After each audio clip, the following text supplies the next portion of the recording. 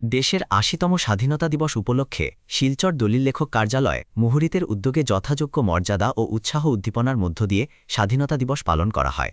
শনিবার সকালে জাতীয় পতাকা উত্তোলনের মাধ্যমে অনুষ্ঠানের সূচনা হয়। এদিন দলিল লেখক কার্যালয়ের মুখ্য উপদেষ্টা ও জ্যেষ্ঠ মুহুরী আহমেদ হোসেন বড়লস্কর জাতীয় পতাকা উত্তোলন করেন। পতাকা উত্তোলনের পর জাতীয় সঙ্গীত পরিবেশন করা হয় এবং স্বাধীনতা সংগ্রামে আত্মত্যাগকারী বীর শহীদদের প্রতি শ্রদ্ধা নিবেদন করা হয়। স্বাধীনতা দিবস উপলক্ষে দিনব্যাপী নানা কর্মসূচির আয়োজন করা হয়েছে। বিশেষ করে শিশুদের অংশগ্রহণে বিভিন্ন প্রতিযোগিতামূলক অনুষ্ঠানের আয়োজন করা হয়। অনুষ্ঠানে উপস্থিত বক্তারা স্বাধীনতা দিবসের তাৎপর্য তুলে ধরে বলেন, দেশের ভবিষ্যৎ প্রজন্মের মধ্যে দেশপ্রেম, জাতীয় ঐক্য, সম্প্রীতি ও মানবিক মূল্যবোধ গড়ে তুলতে এই ধরনের আয়োজন গুরুত্বপূর্ণ।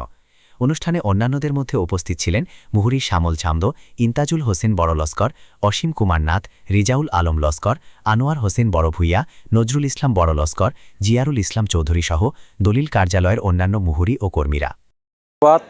নমস্কার, সালাম।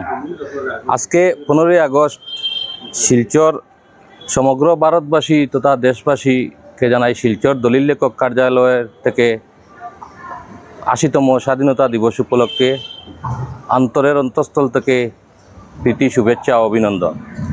প্রতি বছরের ন্যায় এই বছর আমরা শিলচর দলিল লেখক কার্যালয়ের সদস্যগণ একত্রিত হয়ে মর্যাদা ও সম্মানের সহিত জাতীয় পতাকা উত্তোলন করলাম।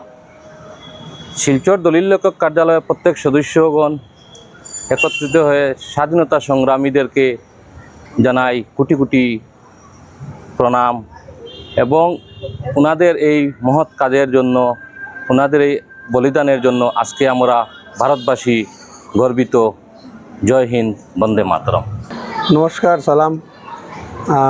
প্রতি বছরের ন্যায় এই বছর 80তম স্বাধীনতা দিবস উপলক্ষে আমরা শিলচর দলিল লেখক কার্যালয়ের সদস্যবৃন্দ সবাই মিলে একত্রে আমরা এই দিনটি উদযাপন করেছি।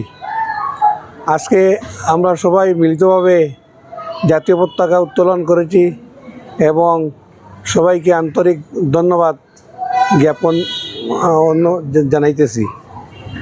আজকের এই মহৎ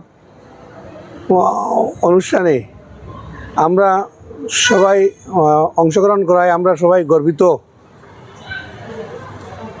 আমরা শিলচর দলিল লেখক সংস্থার বিভিন্ন সদস্যবৃন্দ আমরা দীর্ঘ বছর যাবৎ এই কার্যালয়ের অধীনে থাকিয়া আমরা দলিলের যাবতীয় কাজকর্ম এবং অন্যান্য আনুষঙ্গিক যা কাজকর্ম আছে সম্পূর্ণ নিষ্ঠার সহিত পালন করিয়া যাইতেছি।